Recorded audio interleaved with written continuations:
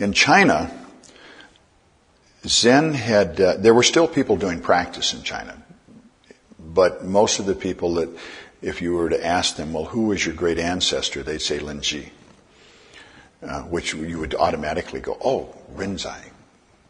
And you would find that there was no meditation hall in their temple. It had become, at first there was a marriage between the Pure Land school, which was involved in reciting sutras and reciting the Buddha's name, and the meditation school. And there was an ecumenical period in China where they shared. D.T. Suzuki wrote that he couldn't understand how the Daishin Dharani ever got into a Zen temple, because the Daishin Dharani is a magical chant for well-being and prosperity. And there's lots of other little ones they do, and D.T. Suzuki wrote, I just don't understand where it came from, but there it is. We got this magic in a Zen temple. Well, that was during that period of time in China where everybody shared. And it was an ecumenical time. And so the monks shared ceremonies and they shared practices. And the chanting monks would do some meditation and the meditation monks would do some chanting. And the edges, the sharp edges, got softened. And at that time, again, around, trying to think, about the 18th century, I'm pretty sure, Obaku came into Japan. And it's the smallest of the three sects. And it is that marriage of Pure Land and Zen. And they sit in a meditation hall, and their primary meditation practice is the silent recitation of the Buddha's name. But they sit in the sitting posture, Obaku. It went to Vietnam, and it caught on like wildfire. It went into Japan, and it was almost rejected. There are a small number of temples, a few hundred temples in Japan that practice this latter-day Zen. But in Vietnam, it just caught on. The Vietnamese like to mix things up.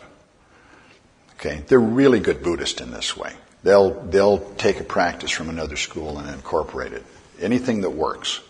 My teacher, that was his philosophy. Anything that worked. So not everybody got into the meditation hall. The people that couldn't sit still in the meditation hall, he had them working in the garden. The people that were lazy and wouldn't work in the garden but wouldn't sit in the meditation hall, he would give them some other kind of religious practice, anything that worked to help people focus and move on in their spiritual practice. That's who the Vietnamese are. And there had been Zen in Vietnam from very early on. The third patriarch, a disciple of the third patriarch, actually went to Vietnam and established a temple in that lineage line, which eventually died out.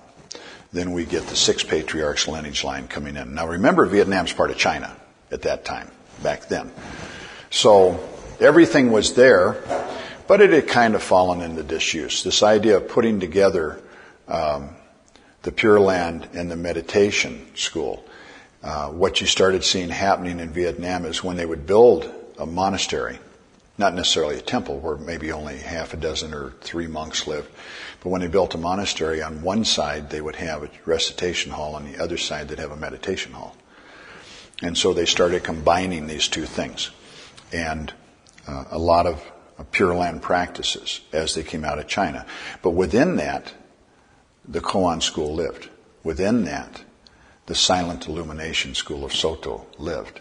And then there was also the Pure Land practice. So you looked at those monks, you were never quite sure what they were doing because only their teacher knew.